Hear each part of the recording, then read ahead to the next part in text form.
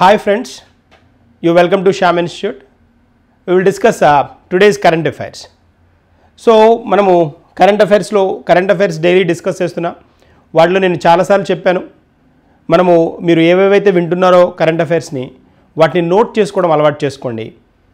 ఖచ్చితంగా మీకు లాంగ్ రన్లో అవి ఉపయోగపడతాయి. నేను ఈ పాయింట్ని మళ్ళీ హైలైట్ చేసి చెప్తున్నాను. కొత్తగా ఉన్న స్టూడెంట్స్ అయినా, ఆల్రెడీ కరెంట్ అఫైర్స్ మీద అవగాహన ఉన్న స్టూడెంట్స్ అయినా, మనకేంటి అంటే ఇది ఒక ఓషన్ లాంటిది అనమాట.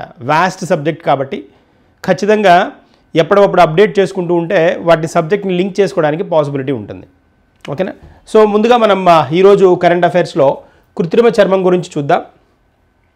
800 రూపాయలు 900 రూపాయల నాణ్యాలు ఇవి ఆల్రెడీ ఇంట్రడ్యూస్ చేశారు, బట్ వీటి ప్రత్యేకత ఏంటో చూద్దాం ఒకసారి. క్యూఎస్ వరల్డ్ వర్సిటీ సబ్జెక్ట్ ర్యాంకింగ్లో VIT Vellore institute of technology, తర్వాత జన్యు సవరణ అరటిపళ్ళు, వెట్లాండ్ వైజ్ యూజ్ అనమాట, వైజ్ యూజ్, వీటి గురించి ఇది వార్తల్లో ఉంది. దీని గురించిన అంశం చూద్దాం. దీనికి వెట్లాండ్ వైజ్ యూజ్కి రామ్సర్ అవార్డు ఇవ్వడం కూడా జరిగిందనమాట 2025కి గాను. సో వీటితో పాటు మనం ఇంకొన్ని అంశాలను కూడా వీటికి ఎడిషనల్గా మనం డిస్కస్ చేస్తూ వద్దాం. వన్ బై వన్ మూవ్ అవుదాం. మొదటిగా కనుక చూస్తే ఇక్కడ కనిపిస్తుంది చూడండి, కృత్రిమ చర్మం అని అంటున్నాం, హైడ్రోజెల్ అంటాం. ఈ హైడ్రోజెల్ వార్తల్లో ఎందుకు ఉంది అని అంటే సూపర్ స్కిన్ హైడ్రోజెల్ అంటాం. ఇది మనకేమన్నా దెబ్బలు తగిలితే 90% పైన, దెబ్బలు 90% పైన 4 గంటల్లో ఇవి నయం చేయగల కెపాసిటీ ఉన్నదన్నమాట. అది మనకు వార్తల్లో ఉంది. ఈ హైడ్రోజెల్ మన కృత్రిమ చర్మం హైడ్రోజెల్ అంటున్నాం కదా, దీన్ని ఇంట్రడ్యూస్ చేసింది ఎవరు అని అంటే ఈ హైడ్రోజెల్ కాన్సెప్ట్ని. హైడ్రోజెల్ అంటేనే ఇది కృత్రిమంగా తయారు చేసింది కదా, కెమికల్స్ నుంచి, రసాయనాల నుంచి తయారు చేసింది కదా. అందుకని మనం ఇక్కడ దీన్ని ఏ ల్యాబ్స్లో తయారు చేశారు అని అంటే ఫిన్లాండ్ అండ్ జర్మనీ యూనివర్సిటీకి సంబంధించిన, ఫిన్లాండ్ అండ్ జర్మనీ దేశాలకు సంబంధించిన మెడికల్ యూనివర్సిటీస్ ఏవైతే ఉన్నాయో వాళ్ళు ఇంట్రడ్యూస్ చేశారనమాట. ఫిన్లాండ్కి చెందిన అలాటోస్ యూనివర్సిటీ ఒకటి, అలాటో యూనివర్సిటీ, అండ్ జర్మనీకి చెందిన బయోరిచ్ యూనివర్సిటీ, ఈ రెండు అనమాట దేశాలు ఇంపార్టెంట్ ఇక్కడ. ఫిన్లాండ్ ఒకటి, ఫిన్లాండ్ అండ్ జర్మనీ యూనివర్సిటీస్ దీన్ని ఇంట్రడ్యూస్ చేయడం జరిగిందనమాట. సో ఇక్కడ ఈ యూనివర్సిటీలు ఇంట్రడ్యూస్ చేశాయి. హైడ్రోజెల్ అంటాడు. హైడ్రోజెల్ అనేది కెమికల్ నేమ్, అది మనకి కృత్రిమ చర్మం అనమాట, ఆర్టిఫిషియల్ స్కిన్ అనమాట. అది జనరల్గా మనకి ఈ సర్జరీలు చేయించుకుంటుంటారు, సర్జరీస్ చేస్తూ ఉంటారు కదా. ఎలాంటి సర్జరీలు? ప్లాస్టిక్ సర్జరీ లాంటివి చేసుకుంటూ ఉంటారు. అలాంటి వాటికి మనకి స్కిన్ లో చేంజెస్ తీసుకురావాల్సిన అవసరం ఉంటుంది. అలాంటి వాటికి ఉపయోగపడుతుంది ఈ హైడ్రోజెల్. అంతేకాకుండా మనకి రోబోస్ వాటిని తయారు చేయాలి అంటే మనిషి చర్మం లాగానే ఇలా అంటుకోగానే మెత్తగా స్కిన్ తగలాలి కదా, అలా తగిలే విధంగా చేయాలి రోబోస్ను కూడా అని అనాలి అని అంటే రోబోస్ కన్స్ట్రక్షన్లో కూడా ఖచ్చితంగా మనకి హైడ్రోజెల్ ఉపయోగపడుతుంది. అంతేకాకుండా ఈ స్కిన్కి రిలేటెడ్గా ఉన్న వ్యాధులు ఏవైతే ఉన్నాయో, లేకపోతే వూండ్స్ ఏమైనా ఉంటాయి, వూండ్స్ ఉంటాయి కదా, దెబ్బలు అలాంటివి తగులుతాయి కదా, అలాంటి వాటిని ఈజీగా మామూలు ఒరిజినల్ స్కిన్ లాగా మార్చేయడానికి మనకి హైడ్రోజెల్ ఉపయోగపడుతుంది అనమాట. సో ఇవి దీని మృదువైన చర్మం తయారు చేయడం కోసం, ప్లాస్టిక్ సర్జరీల కోసం, తర్వాత రోబోట్ల స్కిన్ తయారు చేయడం కోసం మనం ఈ హైడ్రోజెల్ను ఉపయోగించవచ్చు. నిజంగా చాలా స్పెషల్గా ఉంది కదా హైడ్రోజెల్ అనగానే. దీన్ని అంటే ఈ కాన్సెప్ట్ ఏంటి అని అంటే సింథటిక్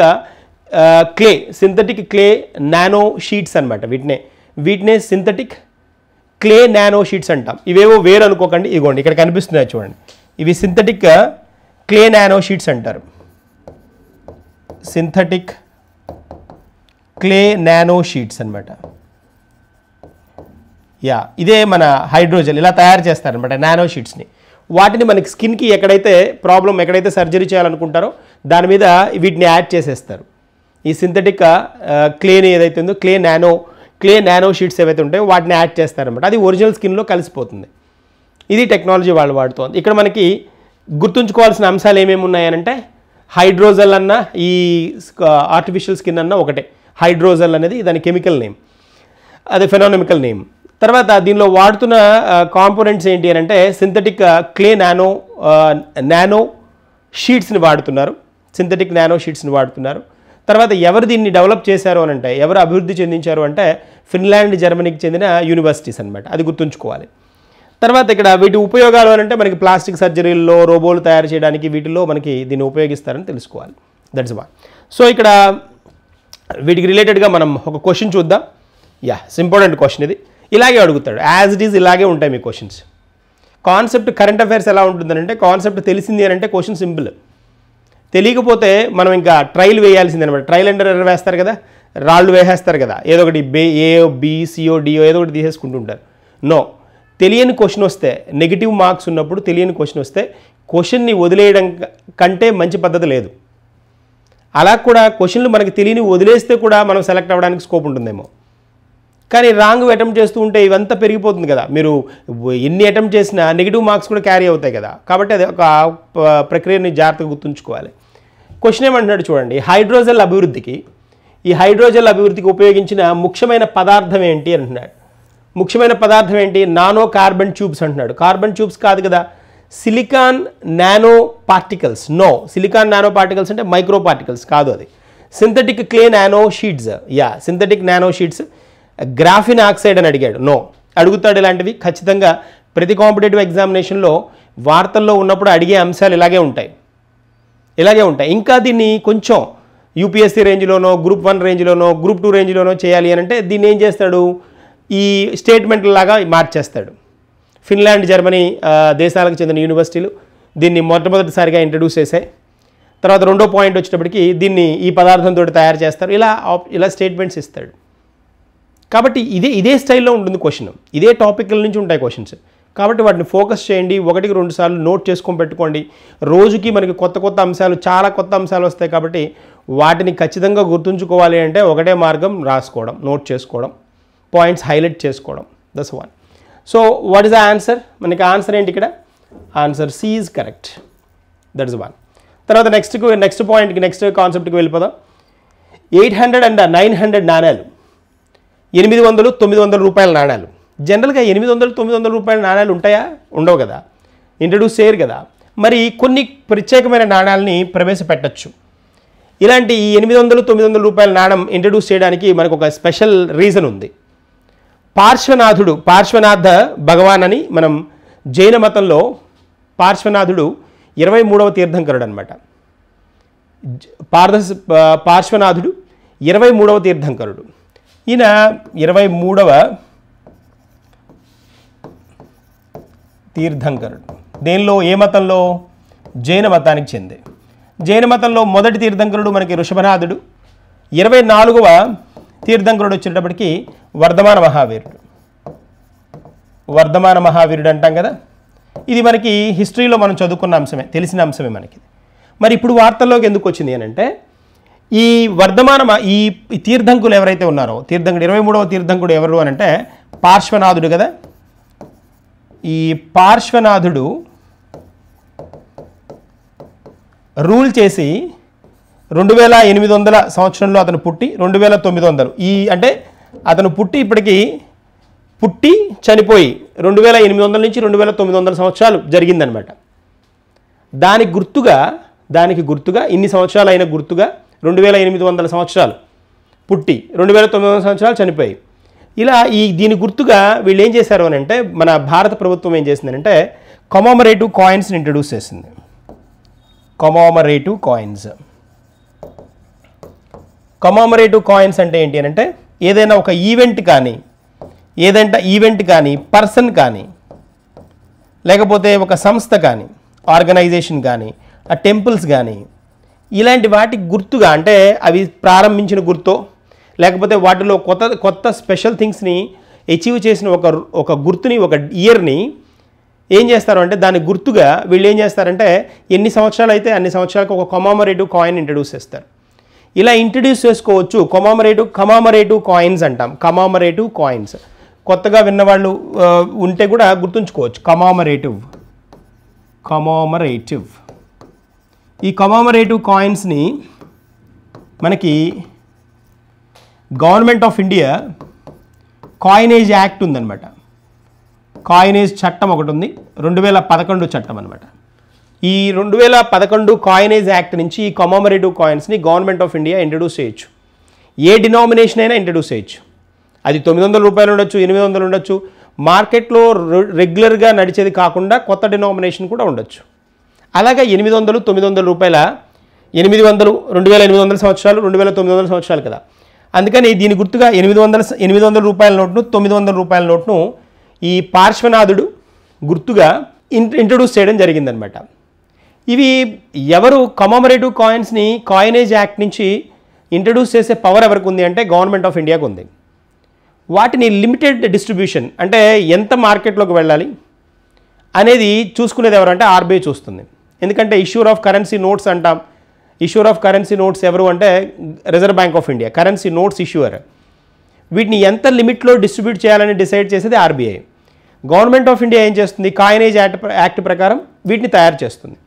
ఇలా గవర్నమెంట్ ఆఫ్ ఇండియా వీటిని తయారు చేయడానికి మనకి ఒక ఎంటిటీ ఉంది, దాన్నే SPMCIL అంటారు. Securities printing and minting corporation of India limited అంటాం.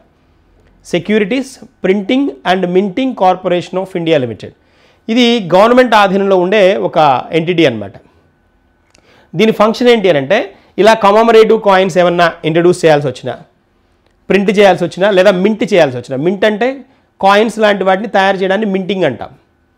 కరెన్సీ నోట్లు ప్రింటింగ్ అంటాం. కరెన్సీ నోట్లు కానీ, రెవెన్యూ స్టాంపులు కానీ, జ్యుడిషియరీ స్టాంప్స్ కానీ, లేకపోతే ఏమన్నా స్పెషల్ అవార్డ్స్ ప్రింట్ చేయాలి అని అంటే అలాంటి వాటిని ఏమంటామంటే మనము ప్రింటింగ్ అంటాం, ప్రింటింగ్ ప్రాసెస్ అంటాం. మింటింగ్ అంటే కాయిన్స్, అలాంటి వాటిని మింటింగ్ అంటాం. సో ఈ SPMCIL గవర్నమెంట్ ఆధీనంలో ఉంటుంది. ఇది మనకి కమమరేటివ్ కాయిన్స్ని ఇంట్రడ్యూస్ చేస్తుందనే తెలియాలి. ఇక్కడ చూడండి మనం ఎన్ని పాయింట్స్ కవర్ చేసుకున్నామో.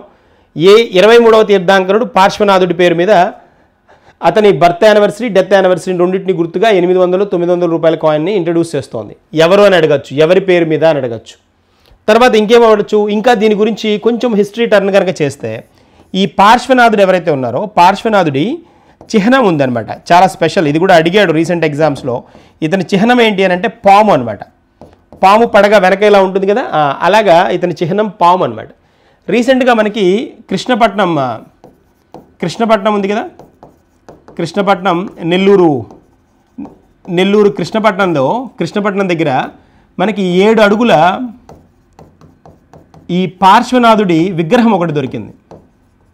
పార్శ్వనాథుడి విగ్రహము కృష్ణపట్నం, నెల్లూరు జిల్లాలో కృష్ణపట్నం ఓడరేవు దగ్గర 7 అడుగుల పార్శ్వనాథుడి విగ్రహం ఒకటి దొరికిందనమాట. జైన మతస్థుడు, జైన మత 23వ తీర్థంకరుడు యొక్క ఇది జరిగిందనమాట. అందులో ఈయన స్పెషాలిటీ ఏంటి అంటే పార్శ్వనాథుడిది చారిత్రాత్మకంగా, హిస్టారికల్గా ఈ జైన మతాన్ని స్థాపించిన వాడు దాన్ని పార్శ్వనాథుడు అని చెప్తారు. అంటే జనరల్గా చేసింది వృషభనాథుడు అని మన హిస్టరీలో చదువుకుంటాం. చారిత్రాత్మకంగా దాని స్థాపకుడు ఎవరు అంటే పార్శ్వనాథుడి కింద చెప్తారు, 23వ తీర్థంకరుడుగా చెప్తారు. సో చాలా స్పెషల్ వన్. ఇక్కడ మనం గుర్తుంచుకోవాల్సిన అంశాల్లో ఇది కూడా గుర్తుండాలి, SPMCIL కూడా గుర్తుండాలి. కాబట్టి దానికి రిలేటెడ్గా నేను ఒక పాయింట్ యాడ్ చేస్తాను. గవర్నమెంట్ ఆఫ్ ఇండియా హ్యాండ్ ఓవర్లో ఉండే ఈ SPMCIL ఇది గవర్నమెంట్ హ్యాండ్ ఓవర్లో ఉంటుంది.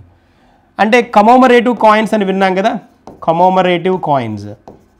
కమమరేటివ్ నాణ్యాలు కదా. కమమరేటివ్ అంటే ఏం లేదు, గుర్తుగా ఏదైనా గుర్తుగా ఒక సంవత్సరమో, ఒక పర్సన్ గుర్తుగానో, ఒక సంస్థ గుర్తుగానో తయారు చేసే నాణ్యాలు. ఈ SPMCIL వీటిని తయారు చేయడానికి దీనికి కొన్ని కేంద్రాలు ఉంటాయన్నమాట. ఈ SPMCIL కింద ఇది ఇంపార్టెంట్ వన్. ఇది కొంచెం ఎకానమీ కాన్సెప్ట్ అవుతుంది, ఎకానమీ రిలేటెడ్గా అవుతుంది. హిస్టరీ, ఎకానమీ 2 కాన్సెప్ట్స్ వచ్చాయి చూడండి ఒక ట్యాగ్లో.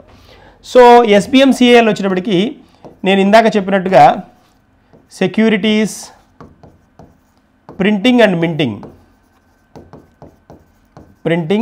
Minting corporation of India limited అనమాట. దీని కేంద్రాలు ఎక్కడెక్కడ ఉన్నాయంటే మనకి నోయిడా ఒకటి ఉంది, నోయిడా ఉత్తరప్రదేశ్ ఉంది కదా, నోయిడాలో ఒకటి ఉంది. తర్వాత కలకత్తా ఉంది కదా, వెస్ట్ బెంగాల్, ఇక్కడ ఒకటి ఉంది. తర్వాత ముంబై మహారాష్ట్ర కదా, ఇక్కడ ఒకటి ఉంది. తర్వాత వీటితో పాటు మనకి ముంబై, కలకత్తా, నోయిడాతో పాటు హైదరాబాద్ తెలంగాణ కదా. ఈ 4 ప్లేసెస్లో దీని కేంద్రాలు ఉన్నాయన్నమాట.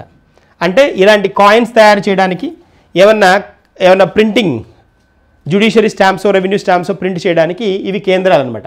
SPMCIL కింద ఉంటాయి. SPMCIL ఎవరి హ్యాండ్ ఓవర్లో ఉంటుంది?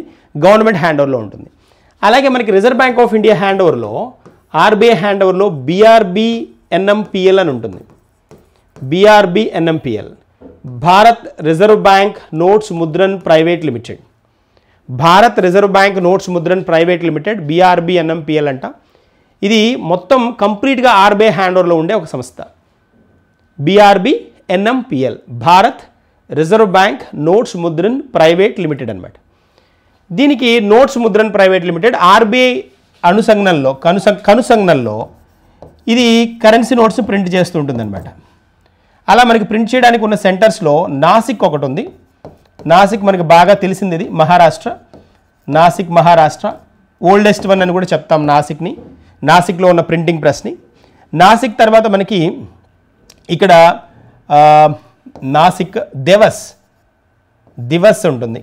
దివస్ మధ్యప్రదేశ్లో ఉంది, మధ్యప్రదేశ్. దివస్ సల్బోని ఒకటి ఉంటుంది, సల్బోని వెస్ట్ బెంగాల్ మనకి. తర్వాత నాసిక్, దివస్, సల్బోని తర్వాత మైసూర్ ఒకటి ఉంటుంది, మైసూర్ కర్ణాటక. ఇవి సెంట్రల్ అనమాట. ఈ పాయింట్ అర్థమైంది అని అంటే చాలా ఎకానమీ రిలేటెడ్ వన్, ఇది కంప్లీట్ ఎకానమీలో కూడా బ్యాంకింగ్ రిలేటెడ్ వన్ అనమాట. So government of India SPMCAL, reserve bank of India BRBNMPL. ఇప్పుడు మనం చెప్పుకున్న ఈ 800-900 రూపాయల కాయిన్ ఎవరు ఇంట్రడ్యూస్ చేసి ఉంటారు? SPMCAL ఇంట్రడ్యూస్ చేసుకుంటుంది. ఎందుకు అని అంటే కమమరేటివ్ కాయిన్స్ ఇంట్రడ్యూస్ చేసేది ఇదేనమాట. ఈ కాయినేజ్ యాక్ట్ ఉంటుంది, 2011 కాయినేజ్ యాక్ట్ ప్రకారం ఇలా ఇంట్రడ్యూస్ చేసే హక్కు ఎవరికి ఉంది అని అంటే గవర్నమెంట్ ఆఫ్ ఇండియాకు ఉంది. దాని government of India coinage act కింద ఇంట్రడ్యూస్ చేసి వాటిని లీగల్ టెండర్ ఇస్తుంది అనమాట. మార్కెట్లో సర్క్యులేట్ అయ్యే పవర్ని ఇస్తుంది. That's a point. ఇదనమాట దానికి రిలేటెడ్ అంశం. తర్వాత మనం నెక్స్ట్ కాన్సెప్ట్కి వెళ్దాం. QS వరల్డ్ వర్సిటీ సబ్జెక్ట్ ర్యాంకింగ్లో VIT అంటే వేలూరు ఇన్స్టిట్యూట్ ఆఫ్ టెక్నాలజీ. మనకి ఇక్కడ గుర్తుంచుకోవాల్సిన పాయింట్ ఏంటి అని అంటే ఇక్కడ జనరల్గా QS వరల్డ్ వర్సిటీ ర్యాంకింగ్స్ని ఇస్తూ ఉంటుంది. ఏ యూనివర్సిటీకి ఏ ర్యాంక్ ఉంది భారతదేశంలో, ప్రపంచవ్యాప్తంగా ఏముందని ఇస్తుంది. ఆల్రెడీ ఇచ్చేసింది అది 2024కి. బట్ ఇదేంటి అని అంటే ఇప్పుడు ప్రజెంట్గా సబ్జెక్టుల వైజ్ VIT స్పెషల్గా దాదాపుగా 55 పాఠ్యాంశాల్లో ముందంజలో ఉందన్నమాట. దాన్ని స్పెషల్గా మనకి ఇంట్రడ్యూస్ చేశాడు. ఈ QS అనేది రెగ్యులర్గా మనకి ఈ QS అనేది ఒక పర్సన్ పేరు అనమాట. సో ఆ పర్సన్ పేరు మీదుగా ఈ పర్టికులర్ వరల్డ్ వర్సిటీ ర్యాంకింగ్స్ని ఇస్తూ ఉంటారు. సో మనకి ఇప్పుడు ఉన్న పాయింట్ ఏంటి అంటే, వార్తలో ఉన్న పాయింట్ ఏంటి అని అంటే, కొన్ని సబ్జెక్టులలో శ్రేష్టత స్పెషల్గా ఈ VIT నిలిచింది. అందుకని మనం దీన్ని డిస్కస్ చేస్తున్నాం. మనం కావాల్సిన పాయింట్స్ ఏంటి ఇక్కడ అంటే, సబ్జెక్ట్ ర్యాంకింగ్లో ఇంజనీరింగ్ అండ్ టెక్నాలజీలో ప్రపంచ ర్యాంకు 142 VITది. ఇక్కడ కనిపిస్తున్న ఇన్ఫర్మేషన్ అంతా విట్టిదే అనమాట, VITదే. ప్రపంచ ర్యాంకులో 142, దేనిలో? ఇంజనీరింగ్ అండ్ టెక్నాలజీలో, E&Tలో. మరి భారతదేశంలో ర్యాంక్ ఎంత? 9వ ర్యాంక్. ఇంకా IITలు అవన్నీ ఉంటాయి. బట్ అన్ని పాఠ్యాంశాల్లో ఓవరాల్గా 55 పాఠ్యాంశాల్లో ముందంజలో ఉంది. అది ప్రముఖమైంది. ఇక్కడ కనుక మనం ఒకసారి అబ్జర్వ్ చేస్తే మొత్తం పాల్గొన్న యూనివర్సిటీలు ఎన్ని అంటే, దీనిలో పాల్గొన్న యూనివర్సిటీలు 1700 యూనివర్సిటీలు అనమాట. ఎన్ని పాఠ్యాంశాలు వీళ్ళు చెక్ చేసింది? ఎన్ని పాఠ్యాంశాలు అంటే పాఠ్యాంశాలు 55. ఈ 55 పాఠ్యాంశాల్లో 14 చాలా స్పెషల్గా ఉంది. ఎవరు? విట్. 14 పాఠ్యాంశాల్లో భారత్ నుంచి మొత్తం భారత్ నుండి ఎన్ని యూనివర్సిటీస్ ఈ లిస్టులో ఉన్నాయి అని అంటే మొత్తం 79 యూనివర్సిటీస్ ఈ లిస్టులో ఉన్నాయి. వాటిలో ఒకటి విట్. అయితే కొన్ని అంశాల్లో ఇప్పుడు ఫర్ ఎగ్జాంపుల్ మీరు data science and artificial intelligence చూసారనుకోండి. Data science and artificial intelligence చూస్తే భారతదేశంలో 1 నుంచి 7 ర్యాంకుల లోపు ఉంది విట్. ప్రపంచవ్యాప్తంగా వచ్చినప్పటికీ 51 నుంచి 100 ర్యాంకుల్లో ఉంది. అలా అంటే ఇప్పుడు కొత్తగా ఇంట్రడ్యూస్ చేసిన టెక్నాలజీస్లో కూడా ముందంజలో ఉంది అనేది చెప్పడం పాయింట్ అనమాట ఇక్కడ. సో అది పాయింట్ మనకి. కాబట్టి ఇలాంటి వాటిలో ఇప్పుడు సహజ శాస్త్రాలు ఉన్నాయి, న్యాచురల్ సైన్సెస్ ఉన్నాయి. వాటిలో ఇండియాలో 11th ర్యాంక్లో ఉంది. ఎక్కువ పాఠ్యాంశాల్లో ముందంజలో కనిపించింది కాబట్టి విట్ న్యూస్లో ఉంది. ఇక్కడ మనకు తెలుసుకోవాల్సిన పాయింట్ ఈ 14 ఇంపార్టెంట్. భారత్లో మొత్తం 79. మరి విట్ ర్యాంక్ ఎంత ఓవరాల్గా అంటే స్పెషల్గా 110 ర్యాంక్ ఉంది మనకి. ఎక్కడ అంటే computer science and information technology. Computer science and information టెక్నాలజీలో దీని ర్యాంక్ 110. ఇదే అడుగుతాడు. కంప్యూటర్ సైన్స్ అండ్ ఇన్ఫర్మేషన్ టెక్నాలజీలో 110వ ర్యాంక్. తర్వాత ఓవరాల్గా పాల్గొన్న యూనివర్సిటీలు 1700, మొత్తం పాఠ్యాంశాలు 55. దానిలో ముందంజలో ఉన్నది విఐటి, ముందంజలో ఉన్నది 14. భారత్ నుంచి ఎన్ని యూనివర్సిటీస్ ఈ లిస్టులో ఉన్నాయి అని అంటే 79 ఉన్నాయి. దానిలో VIT computer science and information టెక్నాలజీలో ప్రపంచ ర్యాంక్ ఎంత అంటే 110. భారతదేశ ర్యాంక్ ఎంత అంటే 4 నుంచి 7, 4 to 7 ఈ మధ్యలో ఉంది. అదే కాకుండా data science and artificial intelligence, data science and artificial intelligence ఇప్పుడు ప్రపంచవ్యాప్తంగా మంచి డిమాండ్ ఉన్న సబ్జెక్ట్ అనమాట. అది దానిలో 51 నుంచి 100 లోపు ర్యాంక్లోనే ఉంది ప్రపంచవ్యాప్తంగా. ఇండియన్ కాంటెక్స్ట్కి వచ్చేటప్పటికి 1 నుంచి 7 స్థానాల్లో ఉంది. అది ప్రాముఖ్యత. ఇప్పుడు దీనికి రిలేటెడ్గా మనం కొన్ని క్వశ్చన్స్ చూద్దాం, మీకు బాగా స్ట్రాంగ్గా కాన్సెప్ట్ నిలబడుతుంది. ప్రపంచ విశ్వవిద్యాలయ ర్యాంక్స్లో, యూనివర్సిటీస్ ర్యాంక్స్లో 2025 ప్రకారం విఐటి ఏ మొత్తం అంశాల్లో ర్యాంక్ పొందింది, ఎన్ని అంశాలలో ర్యాంక్ పొందింది, ఎన్ని మొత్తం పాఠ్యాంశాలు లేదా ఎన్ని అంశాలు అని అంటే 10 కాదు కదా, 12 కాదు, 14 correct. Answer C is correct. 14 అంశాల్లో కదా దానికి టాప్లో ఉన్నది, అదే చెప్పుకున్నాం, పాఠ్యాంశాలు 14. తర్వాత ర్యాంకింగ్స్ ప్రకారం భారతదేశంలోని మొత్తం ఎన్ని విశ్వవిద్యాలయాలు ర్యాంక్ పొందాయి, ర్యాంకింగ్ ప్రకారం ప్రపంచవ్యాప్తంగా భారతదేశం నుంచి ఎన్ని విశ్వవిద్యాలయాలు ర్యాంక్ పొందాయి అని అంటే ర్యాంక్ వచ్చినవి టాప్ 500లో ర్యాంక్ వచ్చిన భారతదేశ విశ్వవిద్యాలయాలు ఎన్ని అని అంటే మనం చెప్పుకున్నాం 50 కాదు, 79 కరెక్ట్, 100 కాదు, 120 కాదు. సో ఆన్సర్ ఏంటి మనది? ఆన్సర్ 79, దట్ ఈస్ బి అనమాట. B is a correct answer. B is a correct answer.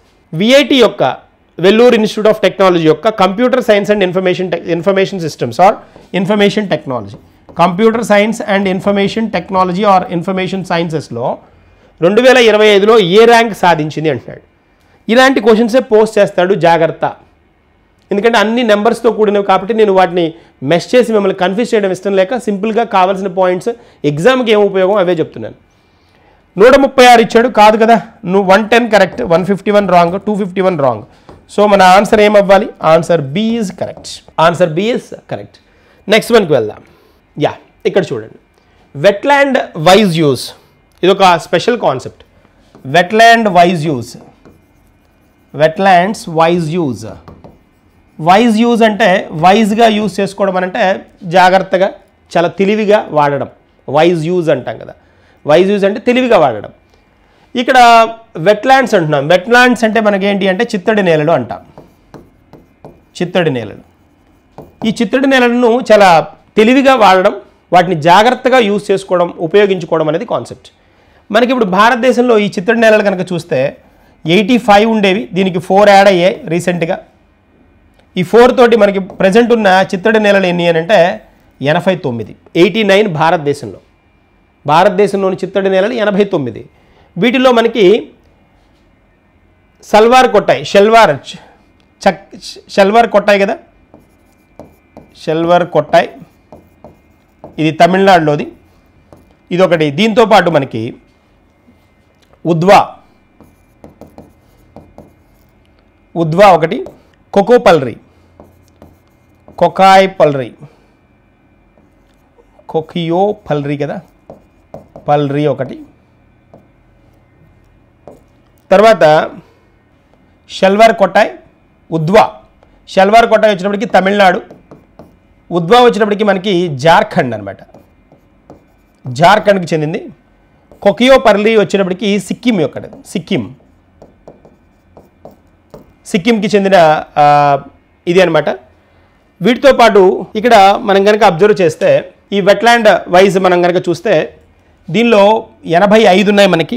85 ఉండేవి, ఈ 85కి 4 కొత్త చిత్తడి నేలలు యాడ్ అయ్యాయి కదా, 4 కొత్త చిత్తడి నేలలు యాడ్ అయ్యాయి, మొత్తం 89 అయ్యాయి అనమాట.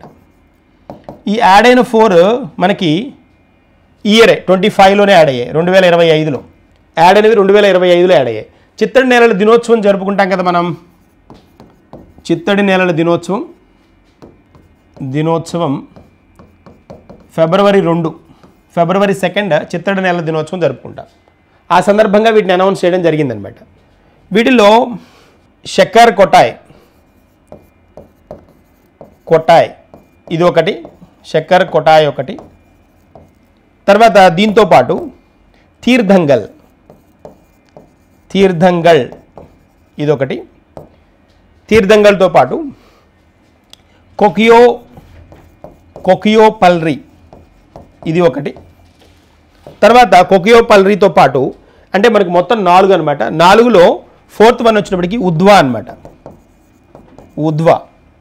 ఈ ఉద్వా వచ్చినప్పటికీ మనకి జార్ఖండ్కి చెందినది. ఇది జార్ఖండ్ మొదటి చిత్తడి నేలగా చెప్పుకోవాలి దీన్ని.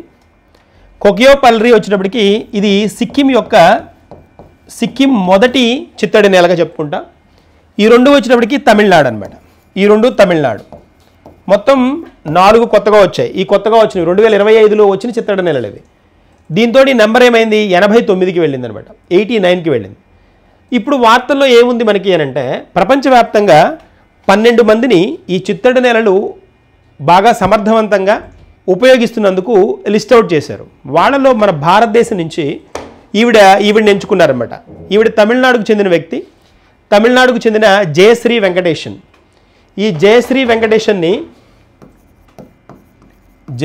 వెంకటేషన్ ఈవిడని ఈ అవార్డుకి ఎంపిక చేశారు. ఏ అవార్డుది? రామ్సర్ అవార్డుకి ఎన్నిక చేయడం జరిగిందనమాట.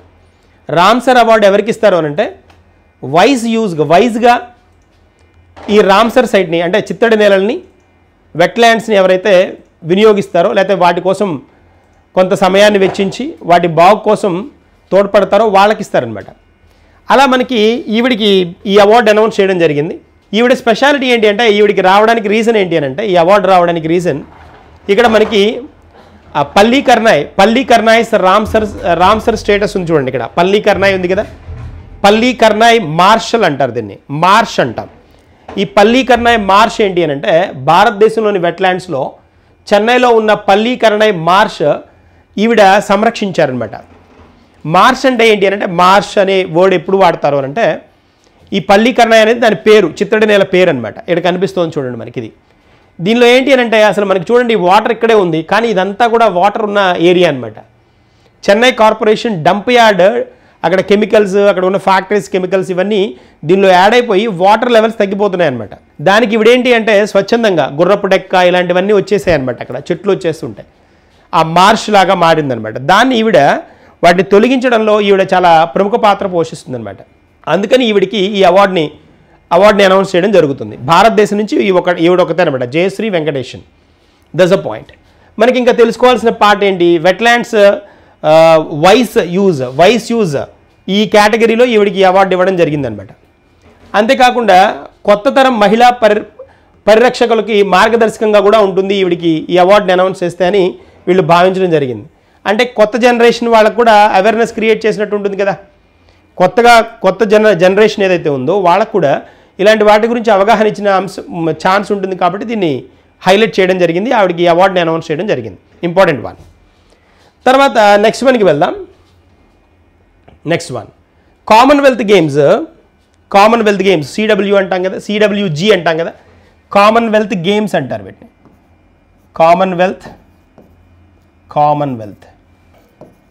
కామన్వెల్త్ గేమ్స్ అని పిలుస్తాం. ఈ కామన్వెల్త్ గేమ్స్ని వీళ్ళు పేరు మార్చారనమాట. కామన్వెల్త్ గేమ్స్కి కామన్వెల్త్ క్రీడలుగా పేరు మార్చారు. దీన్ని నెక్స్ట్ జరగబోయే కామన్వెల్త్ గేమ్స్ నుంచి అప్లై చేస్తామని అనౌన్స్ చేశారు. మనకి ఈ కామన్వెల్త్ గేమ్స్ ఎవరికి జరుగుతాయంటే కామన్వెల్త్ నేషన్స్ ఉంటాయి, వాటితో పాటు కొన్ని ఇతర దేశాలకి జరుగుతాయి.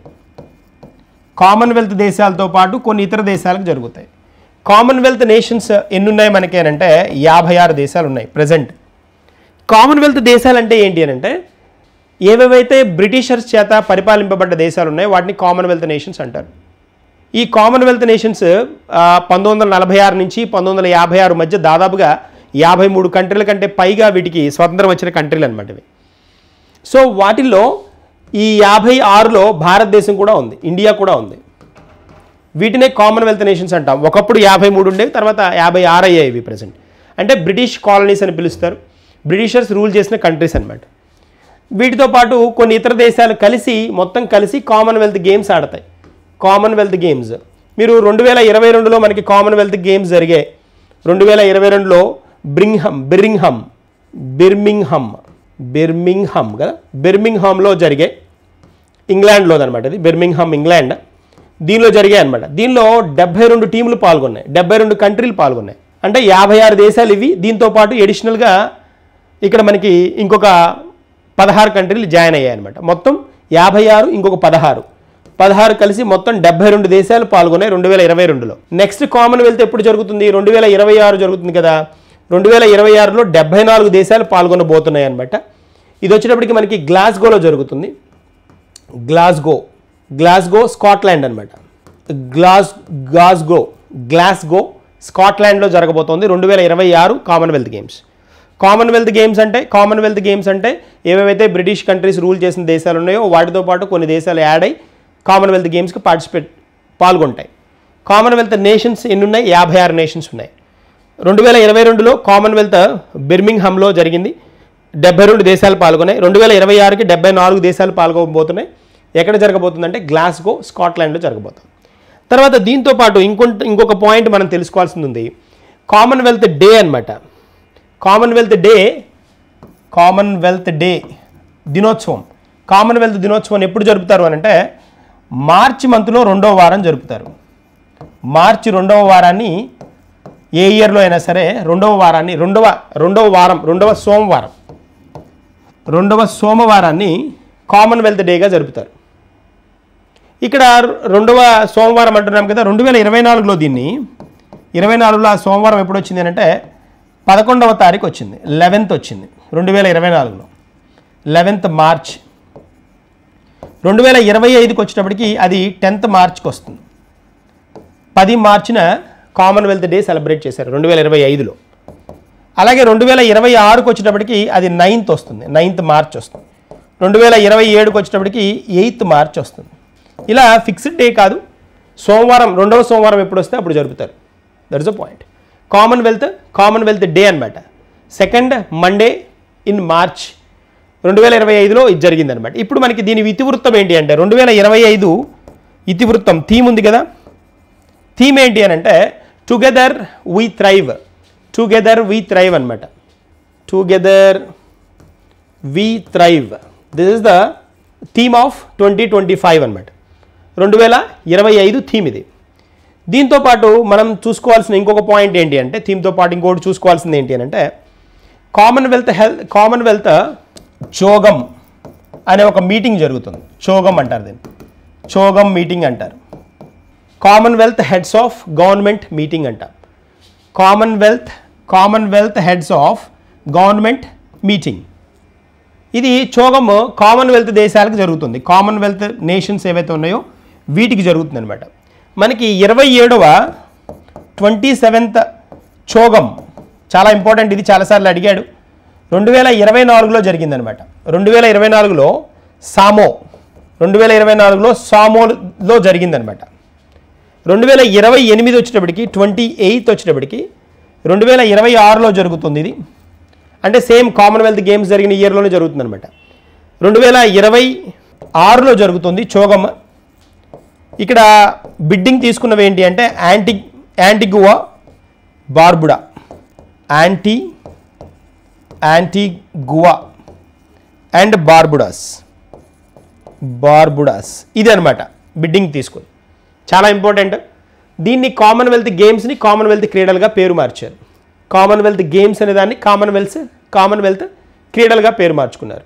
కామన్వెల్త్ స్పోర్ట్స్ అని స్పోర్ట్స్ కింద అంటే ఇంగ్లీష్ పార్ట్ వచ్చినప్పటికి 2 గేమ్సే కదా అనుకోకండి. కామన్వెల్త్ గేమ్స్ అని ఉంది కదా, ఈ గేమ్స్ పార్ట్ని వీళ్ళు స్పోర్ట్స్ అని చేశారు. That's a point. స్పోర్ట్స్ తెలుగులో 2 మనం క్రీడలే అంటాం కదా, ఆటలు క్రీడలు అంటాం కదా. ఇప్పుడు వీళ్ళు ఏం చేశారంటే గేమ్స్ని కామన్వెల్త్ స్పోర్ట్స్గా మార్చారు. That's a point. నెక్స్ట్ వన్కి వెళ్దాం. ఇదిగోండి Amrit biodiversity park. Amrit biodiversity park గురించి మనం మాట్లాడుకున్నాం. ఇప్పుడు అంటే రేఖా శర్మ మనకి ఎప్పుడైతే రేఖా గుప్తా ఢిల్లీ చీఫ్ మినిస్టర్ అయినప్పుడు ఆవిడ గురించి మాట్లాడుకుంటూ మనం ఇక్కడ ఈ కాన్సెప్ట్ గురించి కూడా ఆవిడ ముందున్న ఛాలెంజెస్లో ఇది ఒక ఛాలెంజ్ ఉందని చెప్పుకున్నాం. సో రేఖా గుప్తా చీఫ్ మినిస్టర్, తర్వాత మనకి ఇక్కడ లెఫ్టినెంట్ గవర్నర్ వచ్చినప్పటికి వీకే సక్సేనా. ఈ వీకే సక్సేనా ఈ పార్క్ని, ఈ అమృత్ బయోడైవర్సిటీ పార్క్ని ఇంట్రొడ్యూస్ చేయడం జరిగిందనమాట. ఇది ఎక్కడ ఉంది అని అంటే ఇది మనకి యమునా నది తీరాన కనిపిస్తుంది అనమాట. యమునా నది తీరాన ఉంది.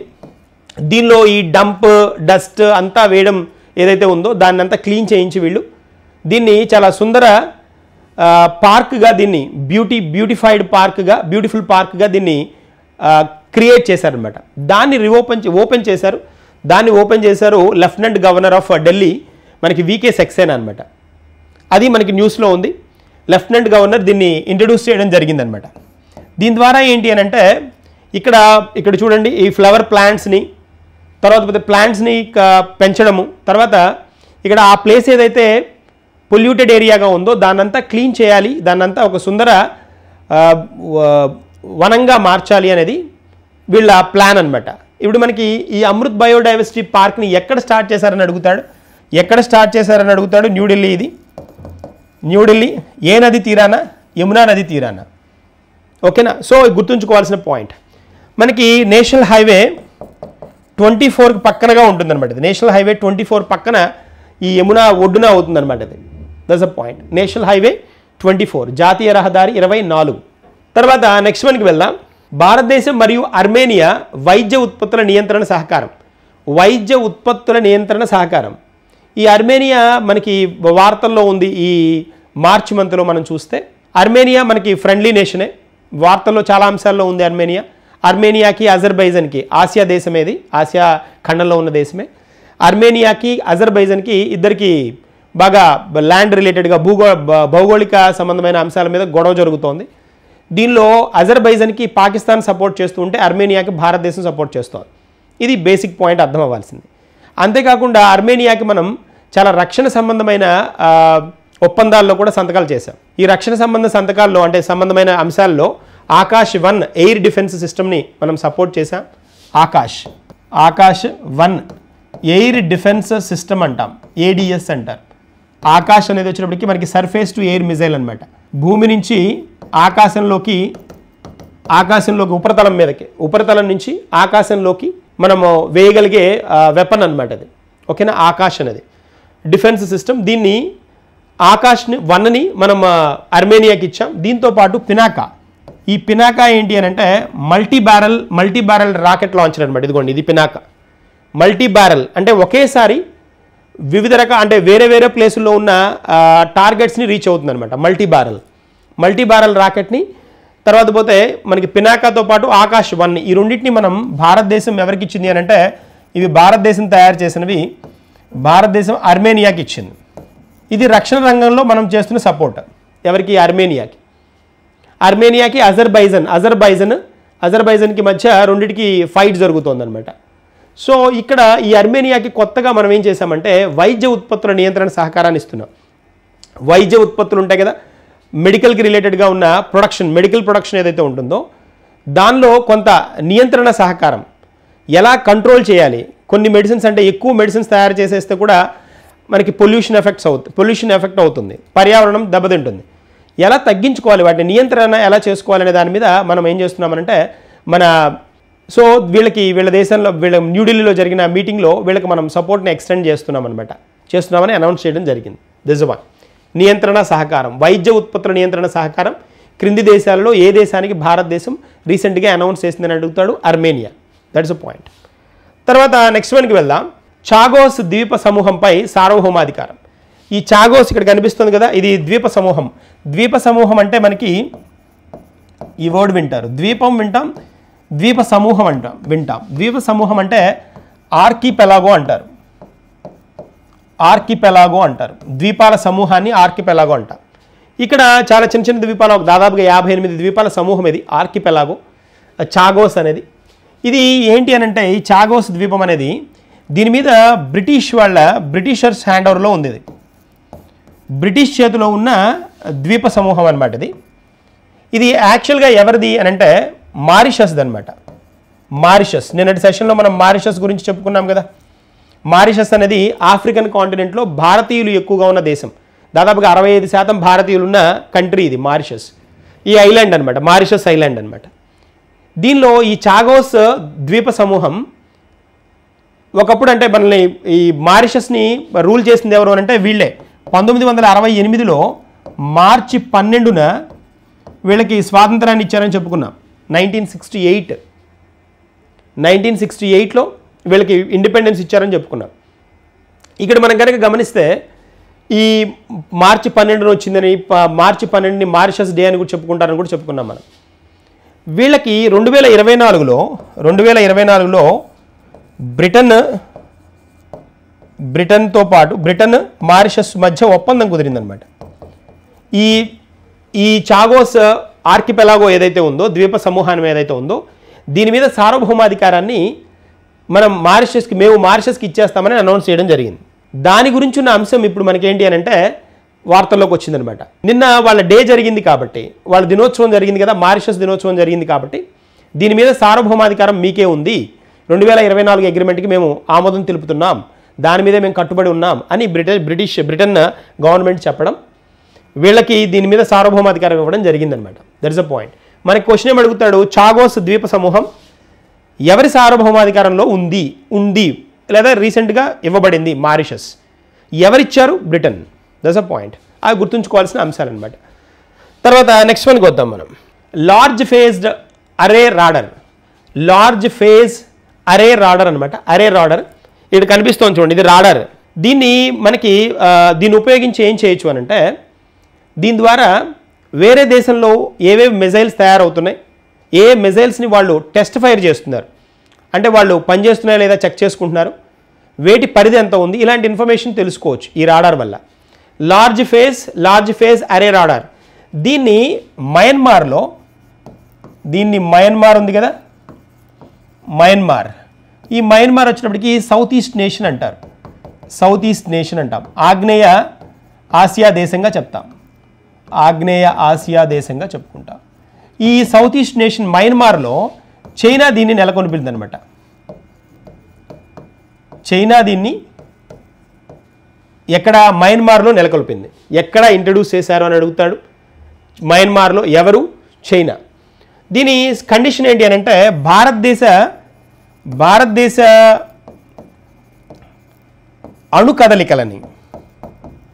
అణు కదలికలని కనుక్కోవడానికి, పసిగట్టడానికి చైనా దీన్ని ఇంట్రడ్యూస్ చేస్తుందన్నమాట. ఎక్కడ? మయన్మార్లో.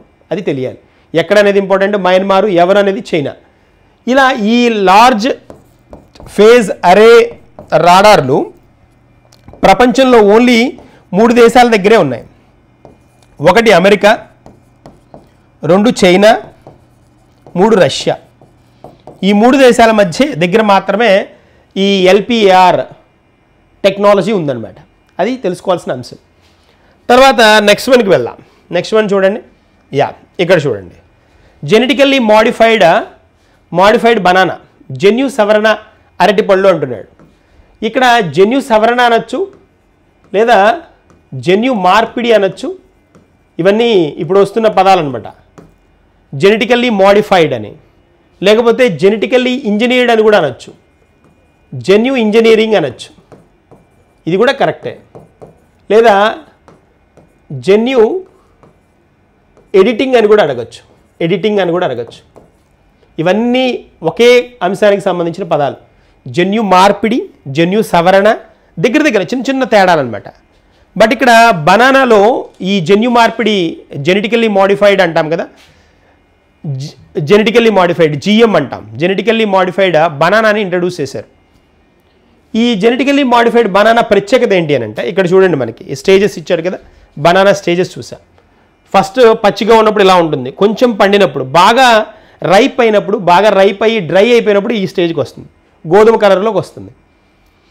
ఈ మార్పులు ఏంటి అని అంటే దీనికి కండిషన్ కనుక మనం అబ్జర్వ్ చేస్తే, దీన్ని మనకి బ్రిటిషర్స్ దీన్ని ఇంట్రడ్యూస్ చేశారనమాట. రీసెంట్ పార్ట్లో వాళ్ళే ఈ టెక్నాలజీని ఇంట్రడ్యూస్ చేశారు, కనుక్కున్నారు. దీని ద్వారా ఏమవుతుందంటే, UK గవర్నమెంట్ అనౌన్స్ చేసిందనమాట అఫీషియల్గా. దీనివల్ల ఏమవుతుందంటే, ఇక్కడ చూడండి, ఈ స్టేజ్ నుంచి ఈ స్టేజ్కి, తర్వాత నుంచి ఈ స్టేజ్కి రావడానికి చాలా తక్కువ టైం పట్టేస్తుంది. వాటికి కరెక్ట్గా గాలి అది ఆడకపోతే గోధుమ రంగులోకి వచ్చేస్తాయి. పాడైపోయినట్టుగా మనం ఏం చేస్తాం, డస్ట్బిన్లో పడేస్తూ ఉంటాం. కానీ ఇప్పుడు ఏంటి అని అంటే ఎక్కువ రోజులు ఇవి గోధుమ రంగులోకి మారకుండా ఉండే టెక్నాలజీని ఇంట్రడ్యూస్ చేశారు. అదే genetically modified, genetically editing or genetically modified, genetically engineered banana అనమాట. సో ఈ మార్పులు వాటి పండిన ప్రక్రియ, ఇలా పండిన ప్రక్రియ ఉంది కదా, దీన్ని ఎక్కువ రోజులు ఉండే విధంగా చేస్తాయి. ఇలాగే ఎక్కువ రోజులు ఉంటుందన్నమాట. ఈ స్టేజ్ నుంచి ఈ స్టేజ్కి వచ్చి ఇది ఎక్కువ రోజులు ఉంటుంది. ఇలా ఈ స్టేజ్కి మారడానికి ఎక్కువ టైం పట్టే విధంగా జన్యు మార్పిడి చేశారనమాట. సో ఇక్కడ దీనిలో ఇలా మారడానికి రీజన్ ఏంటి అని అంటే ఇథిలీన్ ఉండడం వల్ల ఈ గోధుమ కలర్లోకి వెళ్ళిపోతాయి. ఆ పండిన మగ్గిన వాటిలోకి ఎథిలీన్ పర్సంటేజ్ పెరగడం వల్ల అవి దీని గోధుమ కలర్లోకి మారిపోతాయి అనమాట. ఈ రంగులోకి మారకుండా ఉండడానికి వీళ్ళు ఏంటి అంటే పాలీఫెనాల్ ఆక్సిడేజ్ పీపీఓ కదా, పీపీఓ పాలీఫెనాల్ ఆక్సిడేజ్ని వీళ్ళు ఈ ఎంజైమ్ని పాలీఫెనాల్ ఆక్సిడేజ్ అనే ఎంజైమ్ని ఉత్పత్తి చేసి దీనికి అనుసంధానం చేసి జన్యు మార్పిడి చేశారనమాట. పీపీఓ అనేది గుర్తుంచుకోవాలి. పీపీఓ పాలీఫెనాల్ ఆక్సిడేజ్ దీన్ని ఈ ఎంజైమ్ని ఉత్పత్తి చేసే విధంగా వీటికి జన్యు మార్పిడి చేశారనమాట. దాని ద్వారా ఏమవుతుందంటే ఇది ఈ స్టేజ్కి రావడానికి టైం ఎక్కువ పడుతుంది. ఈ స్టేజ్ నుంచి ఈ స్టేజ్కి రావడానికి టైం ఎక్కువ పడుతుంది. గుర్తుంచుకోవాల్సిన అంశం. ఎవరు ఇంట్రడ్యూస్ చేశారు? బ్రిటన్ అనాలి, లేకపోతే మనం ఈ పార్ట్ కూడా వాడద్దు అనుకుంటే బ్రిటిషర్స్ అని అందాం. బ్రిటిష్ శాస్త్రవేత్తలు ఉంటారు కదా, బయో సైంటిస్టులు ఉంటారు కదా, వాళ్ళు ఇంట్రడ్యూస్ చేసింది అనమాట కాన్సెప్ట్. That's one. ఓకే, ఇక్కడ పీపీఓ చాలా ఇంపార్టెంట్. PPO important one. ఓకేనా, చలోదాన్ని ఇవి మనకి ఈరోజు కరెంట్ అఫైర్స్. దీనిలో మనం ఇంకొక క్వశ్చన్ చూద్దాం. క్వశ్చన్ చూసి వెళ్దాం. అరటిపండ్లు గోధుమ రంగులోకి మారడానికి ప్రధాన కారణం ఏమిటి అంటున్నాడు. అరటిపండ్లు వాడిపోయినట్టుగా గోధుమ కలర్లోకి వస్తాయి కదా, బ్రౌన్ కలర్లోకి వస్తాయి కదా, రావడానికి కారణం ఏంటి అంటున్నాడు. సూర్యకాంతి ప్రభావం కాదు, తేమ శాతం పెరగడం తప్పు, ఇథిలీన్ హార్మోన్ ఉత్పత్తి అవ్వడం. This a reason. Ethylene hormone ఉత్పత్తి అవ్వడం వల్ల. తర్వాత మన్నింపలేని రసాయన మార్పులు. నో. సో మన ఆన్సర్ ఏంటి అని అంటే answer C is correct. Ethylene hormone ఉత్పత్తి అవ్వడం వల్ల. అదే కదా జన్యు మార్పిడి చేస్తుందండి. ఈ ఇథిలీన్ మార్పు అవ్వకుండా ఎక్కువ రోజులు ఉండేటట్టుగా చేస్తారు. దట్స్ అ పాయింట్ అనమాట. సో ఇవి మనకి ఈరోజు కరెంట్ అఫైర్స్. రేపటి సెషన్లో కలుద్దాం, ఇంకొన్ని కాన్సెప్ట్స్ డిస్కస్ చేద్దాం. Thank you and all the best.